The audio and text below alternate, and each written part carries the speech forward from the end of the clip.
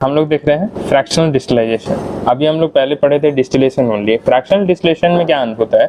Fractional distillation is the process of separating components of mixture with relatively small difference less than 25 degree in their boiling points. मतलब क्या है इसका? Fractional distillation में हम लोग components को सेपरेट करते हैं respect to their boiling points.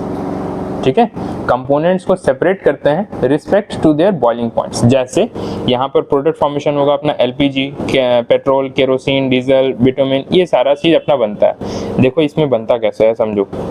अच्छा इसमें दिया तो है नहीं। हाँ बिटुमिन कोल को कहते हैं। जो हम लोग क्रूड ऑयल लिए है ना, ये क्रूड ऑयल अलग अलग टेम्परेचर पे जा करके सेपरेट होता है।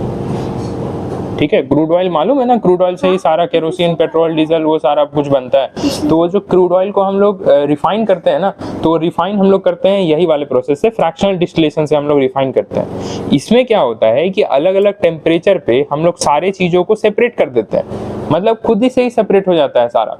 जो रहेगा हैवी ऑयल वो नीचे, फिर उसके ऊपर डीजल, फिर उसके ऊपर केरोसिन, नैफ्थलीन, फिर गैसोलीन है, इसके ऊपर और कुछ होगा, नीचे में भी और कुछ होगा। तो ये सारा ऑयल क्या होता है? हैवी ऑयल मशीनरीज में यूज किया जाता है, जैसे फैक्ट्रीज, लुब्रिकेंट्स वगैरह हो गया कुछ ऐसा। तो फ्रैक्शनल डिस्टिलेशन अपना ये था। यहाँ पे देखो एप्लीकेशन तुम्हारा दिया है पेट्रोलियम रिफाइनिंग के लिए ही। क्लियर है? ठीक है, फिर है कि अपना पेपर क्रोमेटोग्राफी। तो पेपर क्रोमेटोग्राफी क्या है? Paper chromatography is a technique used to separate the components of mixture using a strip of paper and a solvent. तो ये एक ऐसा टेक्निक है सेपरेशन का जिसमें कि मिक्सचर को सेपरेट किया जाता है using paper and a solvent. Clear है? तो ये है अपना पेपर क्रोमेटोग्राफी। इसमें प्रिंसिपल क्या है? तो different substances move at different rate. Actually ink separation में, प्लांट पिगमेंट में, फूड कलर में, ये सारी चीज में किया जाता है। देखो होता कैसे है। यहाँ पर हम लोग 3 कलर ले लिए, 4 कलर ले लिए। अब ये नीचे में ना वाटर है, तो ये वाटर क्या करेगा? ये वाटर ऊपर की तरफ में जाएगा एब्जॉर्ब करते हुए। देख रही हो ये वाला लेयर ऑफ वाटर का? हाँ दिख रहा है ना। तो ये पानी नीचे से वो जो वाटर है वो एब्जॉर्ब होते होते होते होते ऊपर की तरफ जा रहा है। तो ये कलर्स को भी क्या करेगा कि अपने साथ में लेते हुए चले जाएगा। तो इससे क्या होगा कि देखो हमको यहाँ पहले रेड ही दिख रहा था, लेकिन रेड के साथ में देख रही हो अलग अलग कलर्स दिख रहा है। फिर हम लोग को यहाँ ग्रीन था, तो ग्रीन के साथ में दिख रहा है ये अलग अलग कलर्स मिक्स किया गया है। ब्लू के साथ में देख लो अलग कलर्स है, उसी तरह ब्लैक में देख लो अलग कलर्स है। मतलब कि ये जो ब्लैक कलर बना हुआ है ना, वो इसका मिक्सचर है, इन कलर का मिक्सचर है। समझ में आ गया बात? तो ये है अपना पेपर क्रोमेट। उसके बाद अपना separation of immiscible liquids. Immiscible liquids का मतलब क्या है? मिक्सेबल तो मतलब पता है कि जो दो तरह के लिक्विड सब मिक्स हो जाए तो पता नहीं चलता है। और इमिसिबल इमिसिबल हो सकता है वो पता चल जाता है। जैसे हम लोग यहाँ पे लिए हैं oil and water from separated layers, they do not mix and called immiscible liquids. Similarly, sand and water do not mix, nor iron, fill and sulfur. These are example of heterogeneous mixture. तो यहाँ पे difference in density के कारण क्या होता है कि सारा अलग अलग separated है। ध्यान दोगे यहाँ पे क्या होगा? सबसे नीचे वाटर हो सकता है, सबसे भारी वाला, उसके नीचे हो सकता है ऑयल हो, उसके ऊपर हो सकता है। यहाँ पे अलग अलग मटेरियल, अलग अलग यहाँ पे लिक्विड लिखा है। अलग अलग ऐसा लिक्विड है जो कि इमिसिबल है, मतलब कि वो आपस में मिक्सअप होने वाला नहीं है। और ये कैसे सेपरेटेड है? तो ये अपने अपने डेंसिटी के कारण सेपरेटेड है। जो सबसे ज्यादा भारी होगा वाटर वो नीचे आकर के सेटल डाउन हो जाएगा, उससे ऊपर में हल्का वाला रहेगा, उससे ऊपर में फिर हल्का वाला, उससे ऊपर में और हल्का वाला। तो ये सारा आपस में सेपरेटेड रहता है। नेक्स्ट टॉपिक है अपना। अच्छा देखो यहाँ पे ना सेपरेट करने के लिए सिखाया है। देखो होता क्या है, हम लोग यहाँ पे ना मस्टर्ड ऑयल लिए हैं और यहाँ पे हम लोग वाटर लिए हैं। तो ये जब हम लोग नीचे में यहाँ जो कैप है, ये स्टॉप क्लॉक है, वो जो नल नहीं होता है, वो नल को अगर हम खोलेंगे तो ये जितना अंदर का ये वाला लिक्विड है, पानी जो है वाटर, वो तो नीचे आकर के गिरेगा। और एक समय ऐसा आएगा ना कि ये वाला जो पोर्शन है ऑयल वाला, वो यहाँ तक में आ जाएगा, इतना दूर में भर जाएगा। तब हम क्या करेंगे? नल को बंद कर देंगे। तब मेरा ऑयल सेपरेट हो जाएगा और वाटर सेपरेट हो जाएगा अलग अलग। तो ऐसे करके हम लोग सेपरेट कर सकते हैं दो इमिसिबल लिक्विड्स को। उसके बाद है अपना next topic sublimation. Sublimation important है। सब्लिमेशन होता क्या है? जब सॉलिड से कोई चीज अगर डायरेक्ट वेपर में कन्वर्ट हो रहा है, that is known as sublimation. Clear है? ऐसा क्या हो सकता है? बताते हैं अभी। और वेपर से अगर कोई चीज लिक्विड में कन्वर्ट हो रहा है, सॉलिड में कन्वर्ट हो रहा है, तो that is known as deposition. ठीक है? डिपोजिशन शायद आई थिंक सो सॉइल में भी ये वर्ड यूज होता है। हाँ यूज होता है। देखो अभी कैंपुर है, वो कपूर जो हम लोग बोलते हैं पूजा में यूज करते हैं। तो वो क्या होता है, जब हम लोग हीट थोड़ा सा भी करेंगे अगर वो बिलो मेल्टिंग पॉइंट के, तो वो चेंज हो जाता है directly from solid to vapour state without passing through liquid state. This process is known as sublimation. कपूर जो है ना, उसको कपड़ा में या फिर कहीं पर ऐसा जगह रख दो जहां पर थोड़ा सा गर्मी पड़े, तो वो डायरेक्टली कन्वर्ट हो जाएगा गैस में, लिक्विड में नहीं कन्वर्ट होगा। कपूर तो होता है मम्मा जैसे धूप में डाल देती है ना, हाँ। तो पूरा लिक्विड हो जाता है। नहीं, वो धूप में डालने से उसका मेल्टिंग पॉइंट अटेन हो जा रहा है। यहाँ पे देखो क्या कहा है कि बिलो इट्स मेल्टिंग पॉइंट तक नहीं ले जाना है उसको। धूप में ऐसा नहीं है कि तुमको पिघलाने के लिए तुम धूप में रख दो, नहीं, हम वो नहीं कह रहे। हम कह रहे हैं कि उसको घर पे ही रखो, मतलब ऐसा साइड एरिया में रखो जहां उस पे हल्का सा हीट पड़े। ये नहीं है मतलब कि डायरेक्ट सनलाइट पड़े, बहुत ज्यादा हम हीट दे दिए, बहुत ज्यादा हीट देंगे तब तो वो गलेगा ही, मेल्ट ही होगा। समझ में आया? सर पहले मान लीजिए जैसे कि एक बात पूछनी है। चलो एग्जांपल इसका देखो क्या हो जाएगा। कपूर, हाँ? फिर है नैप्थलीन, फिर है ड्राई आइस। नैप्थलीन बॉल समझती हो? छोटे छोटे बॉल्स होता है नैप्थलीन का। उसे पानी भरते हैं। नैप्थलीन छोटे छोटे बॉल्स होता है। और ये ड्राई आइस तो मतलब समझ ही रहे हो कि CO2 का वो सॉलिड फॉर्म होता है ड्राई आइस, और उसको भी अगर छोड़ दोगे ना तो वो डायरेक्टली वेपर में कन्वर्ट हो जाएगा, लिक्विड में कन्वर्ट नहीं होता। CO2 गैस को बहुत ज़्यादा ठंडा हम कर देंगे ना, मतलब बिलो द फ्रीजिंग पॉइंट, एकदम जीरो से भी बहुत ज़्यादा, तो वो ड्राई आइस में कन्वर्ट हो जाता है। और उसको फिर अगर छोड़ दोगे ऐसे ही तो वो सॉलिड से डायरेक्टली गैस में कन्वर्ट हो जाता है, लिक्विड में कन्वर्ट नहीं होता। ठीक है, तो ये है सब्लिमेशन का। सब्लिमेशन देखो यहाँ पे भी एक एग्जांपल से समझाया है, वही कपूर को यहाँ पर लिया गया है। ठीक है, क्या किया है देखो। कैंपर कहते हैं ना? हाँ, कैंपर कहते हैं, कपूर हम लोग हिंदी भाषा में बोलेंगे। तो यहाँ पे ना मिक्सचर है कपूर का और सैंड का। ठीक है, कपूर और सैंड को आपस में मिक्स कर दिया गया। उसको फिर जब हम लोग हीट करेंगे ना, तो हम लोग क्या देखेंगे कि ये जो कपूर सब था वो इधर में जा करके, यहाँ पे जा करके वो जम जाएगा। मतलब कि इसका जो वेपर निकलेगा ना, वो वेपर ऊपर की तरफ में जाएगा और इधर में साइड में जहाँ जहाँ उसको जगह मिलेगा वो वहाँ जा करके चिपकते जाएगा। और नीचे मेरे पास क्या बचेगा, तो ओनली सैंड बचेगा। क्लियर है? क्लियर है? तो ये सारा कुछ था इधर। उसके बाद है अपना इंपॉर्टेंट टॉपिक्स जो तुम्हारे बुक में था ना, वो सब्लिमेशन, कोलाइडल, वो सारा। तो देखो हम लोग सस्पेंशन कहाँ है? करो आगे करो।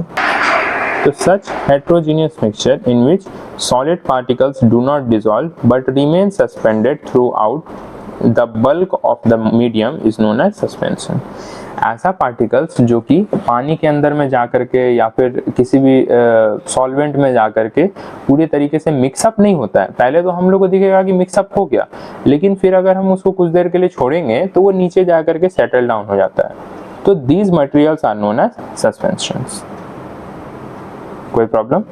जैसे एग्जांपल हो जाएगा फ्लोरीन वाटर है, मड है, पेंट है, डस्ट है, जूस ऑफ पल्प है। जो अपने पेंट हम लोग सेंट्रीफ्यूगेशन में क्या होता है, centrifugation spinning at a high speed separated heavy particles। This process involves spinning a mixture in a tube at a high speed.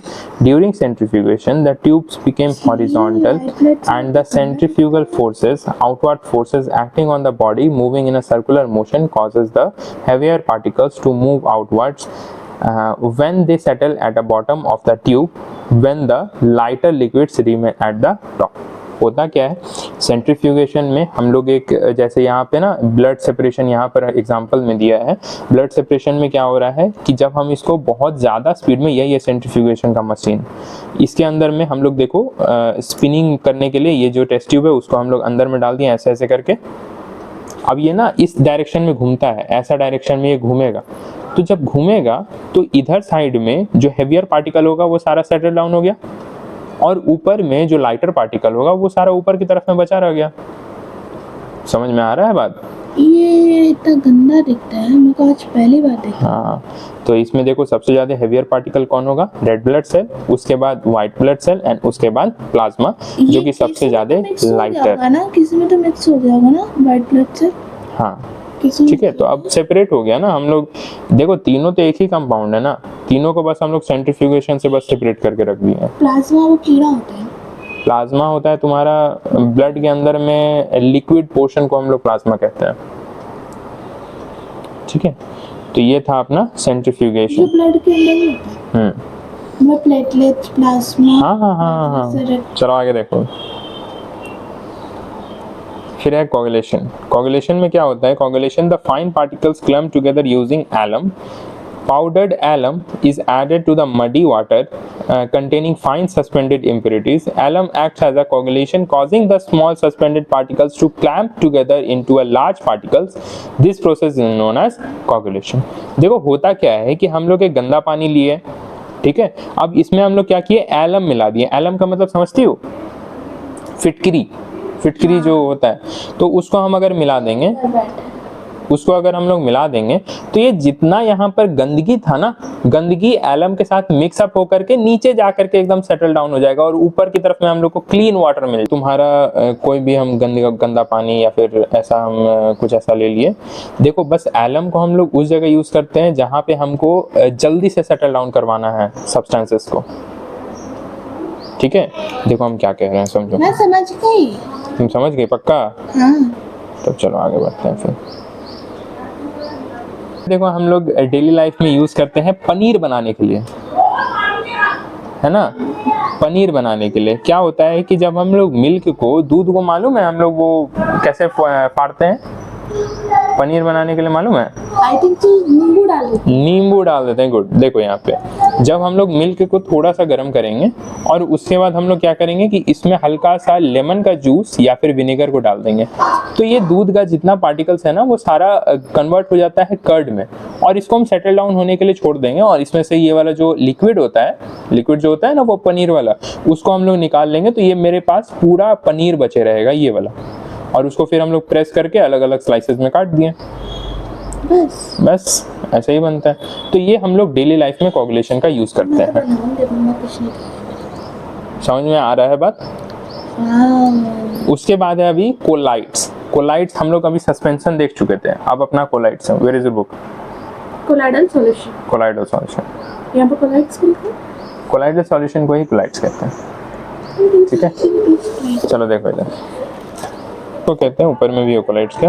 हाँ, कोलाइड्स हम लोग किसको कहते हैं? The components of blood can be separated by centrifugation and blood coagulation and is it suspension, however we can not see blood cells with the naked eyes. It is solution. Blood is neither a solution nor a true suspension. It is colloid.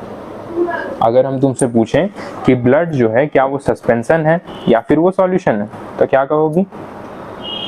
Blood is nor a solution nor a suspension. वो suspension को फिर से summarise करें तो summarise देखो solution क्या होता था? सॉल्यूशन सॉल्वेंट और सॉल्वेंट का मिक्सचर होता था जो कि हम लोग सेपरेट नहीं कर सकते थे। कुछ प्रोसेस होता है जिससे हम लोग कर सकते हैं, लेकिन जो ब्लड है, ब्लड को तो हम किसी प्रोसेस से कर ही नहीं सकते हैं, बस वो सेंट्रीफ्यूगेशन वाला ही प्रोसेस है। तो क्या ब्लड सस्पेंस ये सॉल्यूशन में आएगा? नहीं आएगा, क्योंकि ब्लड के अंदर का जो सेल होता है, सेल को तो हम लोग सेपरेट नहीं कर सकते हैं। ब्लड जो होता है सेल से बना होता है ना, छोटे छोटे आरबीसी वाले सेल से, तो उसको तो सेपरेट नहीं कर सकते। और इस दूसरा छोटे दवाइयों के अंदर ही प्लेटलेट्स और वो सब होता है क्या? नहीं, ये है आरबीसी, रेड ब्लड सेल, कितना दवाई, ठीक है। और ना ही इसको हम लोग ट्रू सस्पेंशन कह सकते हैं। सस्पेंशन का मतलब कि तुम पार्टिकल को मिक्स अप करके थोड़ी देर अगर छोड़ दोगी तो वो नीचे जाकर के सेटल डाउन हो जाएगा। तो क्या ब्लड वैसा है? क्या ब्लड वैसा है? नहीं। तो जो ब्लड है वो ना ही तुम्हारा सॉल्यूशन हुआ और ना ही सस्पेंशन हुआ, वो क्या है? कोलाइड है। वो क्या है? कोलाइड है। देखो अब कोलाइडल सॉल्यूशन होता क्या है? कोलाइडल सॉल्यूशन तुमको दिखेगा होमोजीनियस मिक्सचर जैसा, लेकिन होगा कैसा? हेटेरोजीनियस मिक्सचर होगा। हाँ, याद आया? ऐसा कुछ था। अब देखो नीचे में प्रॉपर्टीज इसका क्या क्या होता है। यहाँ पर देखो सॉल्यूशन ए है, सॉल्यूशन बी है एंड सॉल्यूशन सी है जो कि कोलाइड है।